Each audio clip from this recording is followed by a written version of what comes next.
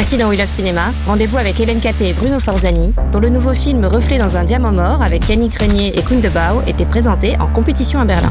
We Love Cinéma. Bonjour à vous deux. Est-ce que vous pourriez présenter le film en quelques mots? C'est une plongée dans l'univers mystérieux et nostalgique d'un ancien agent secret qui, un jour, est confronté à son passé d'espion lorsque sa voisine disparaît soudain.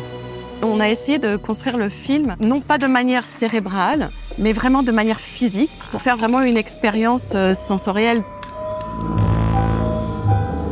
La première référence, c'est l'Eurospy, c'est les films européens dans les années 60, italiens, espagnols, français, qui étaient des contrefaçons de James Bond. Et ce qu'on aimait bien dans la culture italienne, qui est donc à revisiter James Bond et les super-héros, c'est qu'on est dans une zone grise, où justement il n'y a pas ce côté le bien, le mal, comme on peut avoir dans les films américains, dans les blockbusters. Et surtout en termes d'esthétique, c'est beaucoup plus riche pour ce côté donc pop, psychédélique, que les blockbusters actuels.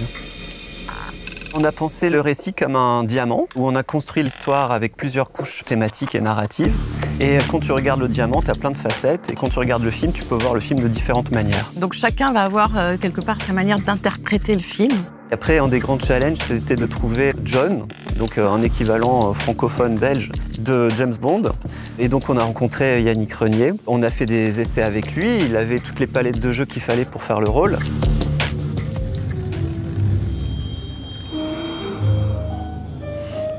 Je veux voir. Pour le rôle du méchant, on a travaillé avec Koen de Bao. On l'a vu beaucoup dans des rôles de gentil, on va dire, et on trouvait qu'il avait vraiment la possibilité d'incarner le méchant bondien. On se disait, il pouvait vraiment avoir l'air hyper dangereux.